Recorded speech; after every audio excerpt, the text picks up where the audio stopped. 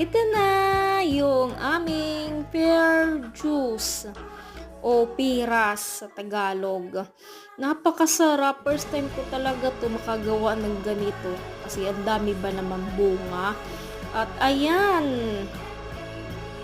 Hello guys, see what we made? We made pill juice and so like we have so many and we have a tree outside. We have so many. We can send some to you if you want something. And you start saying here we make so we can watch how we make. wow! Kita niyo yun? Napaka-trying hard yun mag-English. Ang sobra. At ayun nga, naggagawa siya ng juice. Ang bilis lang.